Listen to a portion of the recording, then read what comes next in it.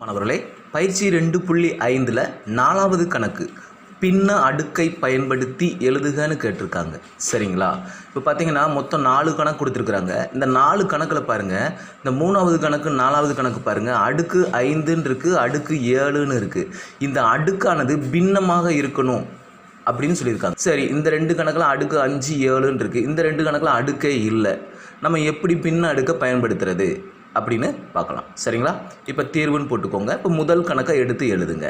சரிங்களா? இப்போ √5 இருக்குது. இப்போ இந்த √5ங்கிறத பின்ன அடுக்கை பயன்படுத்தி எழுதுறதுக்கு என்ன பண்ணணும் பார்த்தீங்கன்னா, இப்போ கொடுக்கப்பட்ட அந்த √5 இருக்குது பார்த்தீங்களா, ஈக்குவல் டு போட்டுக்கோங்க.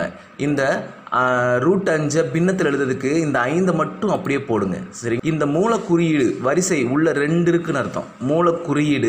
மூலக்குறியீட்டுக்குள்ளே வெளியில் பாருங்கள் V மாதிரி இருக்குது பார்த்தீங்களா, அந்த V மாதிரி இருக்கிறதுல ஒன்றுமே இல்லை அப்படின்னா வரிசை 2 இருக்குதுன்னு அர்த்தம். வரிசை 2 அப்படிங்கிற எண் இருக்குதுன்னு அர்த்தம். சரிங்களா?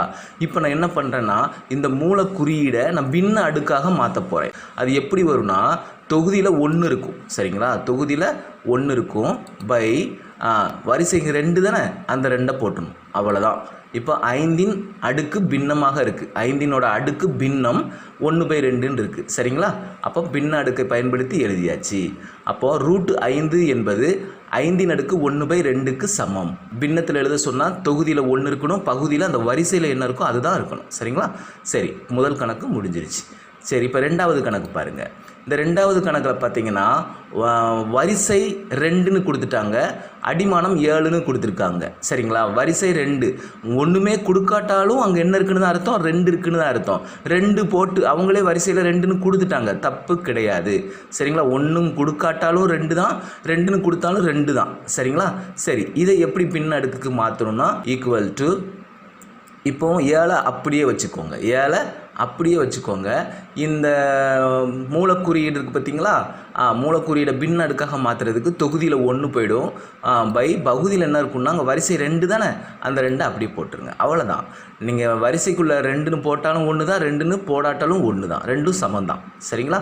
அப்போது இப்போ என்ன செஞ்சாச்சு, 7ங்கிற அடிமானத்தை அப்படியே வச்சாச்சு. மூலக்குறியீட்டுக்கு பதில் நம்ம அதை தொகுதி பகுதின்னு மாற்றிட்டோம். சரிங்களா? தொகுதியில் 1 தான் இருக்கணும், பகுதியில் அவங்க கொடுத்த வரிசையில் என்ன இருக்கோ அந்த நம்பர் அப்படி பார்த்து போட்டுடணும். சரிங்களா? இப்போ 2வது கணக்கு முடிஞ்சது. இப்போ 3வது கணக்கு பாருங்கள்.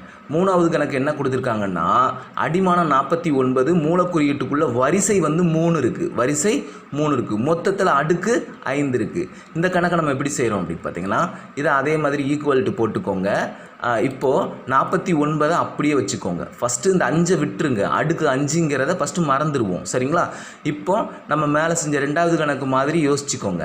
இப்போ 49 அப்படியே வச்சுக்கோங்க, மூலக்குறியீடு எழுதாமல் 49 அப்படியே வச்சுக்கோங்க அடிமானத்தை.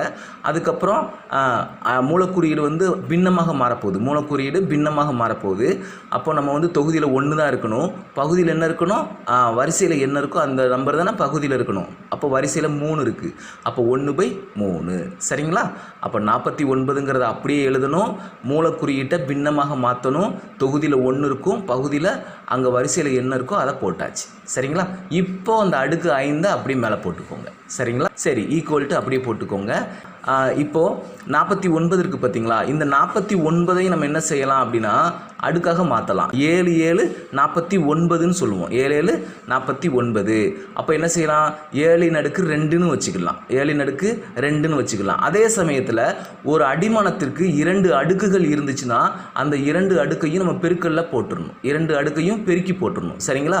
இப்போ பாருங்கள், ஈக்குவல் டு 49ங்கிறது 7 ஸ்கொயர்டு, 2 அடுக்கு இருந்துச்சு பார்த்தீங்களா, ஒரு அடிமானத்துக்கு 2 அடுக்கு இருக்குது பார்த்தீங்களா, 1/3ங்கிற ஒரு அடுக்கு, 5ங்கிற ஒரு அடுக்கு, இந்த 2ஐயும் பெருக்கினீங்கன்னா 5 5ன்னு கிடைக்கும். சரிங்களா? பை 3 அப்படி போட்டுருங்க.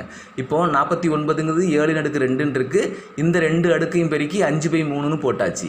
இப்போது மறுபடியும் என்ன செய்கிறோம், ஒரு அடிமானத்திற்கு 2 அடுக்குகள் இருந்தால் அந்த 2 அடுக்கு என்ன செஞ்சிடணும், பெருக்கிடணும் தானே. இப்போ ஈக்குவல் டு அப்படி போட்டுக்கோங்க. இந்த 5ஐயும் 2ஐயும் பெருக்கிடுங்க, 2 10. அப்போ 7ன் அடுக்கு 10/3. சரிங்களா? ஒரு அடிமானத்திற்கு எத்தனை அடுக்குகள் இருந்தாலும் சரி அத்தனை அடுக்கையும் பெருக்கி தான் போடணும். சரிங்களா? ரைட். இப்போ 4வது கணக்கு பாருங்கள். இப்போ பார்த்தீங்கன்னா இந்த கொடுத்த அந்த கணக்கு அப்படியே எடுத்து எழுதுங்க, ஈக்குவல் டு போட்டுக்கோங்க.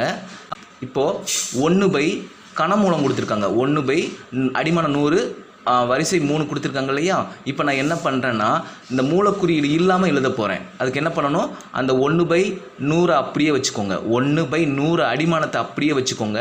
இந்த மூலக்குறியீடை நான் பின்னத்துக்கு மாற்றிட்டேன். இந்த மூலக்குறியீடு இருக்கு இல்லையா, கன மூலக்குறியீடு, அந்த மூலக்குறியீடை பின்னத்துக்கு மாற்றுறேன். பின்னத்துக்கு மாற்றுறதுக்கு என்ன பண்ணணும், தொகுதியில் 1 வச்சுக்கணும், பகுதியில் இங்கே வரிசையில் 3 தானே கொடுத்துருக்கு, அந்த 3 போடணும்.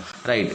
இப்போ கொடுக்கப்பட்ட அந்த நம்பரை நம்ம வந்து மூலக்குறியீடு இல்லாமல் எழுதிட்டோம். சரிங்களா? மூலக்குறியீடு இல்லாமல் எழுதிட்டோம். இந்த அடுக்கை மேலே போட்டுக்கோங்க 7. சரிங்களா? அடுத்த ஸ்டெப்பில் என்ன பண்ண போகிறோம்னு பார்த்தீங்கன்னா ஈக்குவல்ட்டு அப்படியே வச்சுக்கோங்க.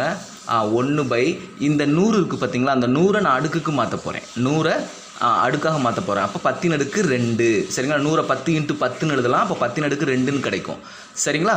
10^2 மிச்சம் உள்ளதை அப்படி எழுதிருங்க. அடுக்கு 1/3 போட்டுருங்க, 7ஐயும் போட்டுருங்க. இப்போ ஈக்குவல்ட்டு போட்டுக்கோங்க. இப்போது ஒரு அடிமானத்துக்கு 2 அடுக்குகள் இருந்தால் 2 அடுக்கையும் பெருக்கிடலாம். 2 அடுக்கையும் நம்ம பெருக்கிடலாம். சரிங்களா? இப்போது அந்த 1/, அப்படியே வச்சுக்கோங்க. இந்த 2ஐயும் மேலே உள்ள 1ஐயும் பெருக்குங்க. அதாவது தொகுதியும் பெருக்கணும், பகுதியும் பெருக்கணும். அப்படி பார்த்தீங்கன்னா 1/3ன்னு பகுதியும் இருக்குது. ஆனால் அங்கே 2ல் வந்து தொகுதி மட்டும்தான் இருக்குது, பகுதி 1 இருக்குதுன்னு அர்த்தம். சரிங்களா? அப்போ தொகுதியும் பெருக்கணும், 2 2ன்னு வரும். அங்கே 1 இருக்கா, 2/1, 1ஐயும் 3ஐயும் பெருக்குனா 1 3 3ன்னு வரும். அப்போ 2/3. சரிங்களா? 7 போட்டுருங்க. ஒரு பின்னத்தோட அடுக்கு 7 இருக்குது பார்த்தீங்களா, அந்த 7ஆனது தொகுதிக்கும் பொருந்தும், பகுதிக்கும் பொருந்தும். அப்படி பார்த்தீங்கன்னா நான் இப்போ என்ன பண்ண போகிறேன்னா அந்த பின்னத்தை பாருங்கள். 1/10^2/3 இருக்கு இல்லையா, அந்த அடுக்கை 1க்கும் நான் போடுறேன், பகுதியில் 10^2/3 இருக்குல்ல, அதுக்கும் அந்த 7 போடுறேன். அந்த 7 என்பது பின்னத்தில் பகுதிக்கும் தொகுதிக்கும் பொருந்தும். நான் தொகுதிக்கும் அடுக்கு 7 போட்டேன், பகுதிக்கும் அடுக்கு 7 போட்டிருக்கேன். சரிங்களா? இப்போ என்ன பண்ணுறோம், அந்த 7 வச்சு 1 பெருக்கிறோம். சரிங்களா? 7 வச்சு 1 பெருக்கினா 1 தான் கிடைக்கும். 10^2 இருக்குது. அப்படி 2 அடுக்கு இருந்துச்சுன்னா 2 அடுக்கையும் பெருக்கிடலாம். தொகுதியும் பெருக்கலாம், பகுதியும் பெருக்கலாம். இப்போ 2/3 இருக்குது, இங்கே 7/1ன்னு இருக்கும். சரிங்களா? அப்போ தொகுதினா 7 2ம் தான், பகுதினா 3 1. சரிங்களா? இப்போ பெருக்குனிங்கன்னா 1 அப்படியே இருக்கும். 10 அப்படியே வச்சுக்கோங்க அடிமானத்தை. இந்த 2ஐயும் 7ஐயும் பெருக்குனா 14/3. சரிங்களா? ரைட்.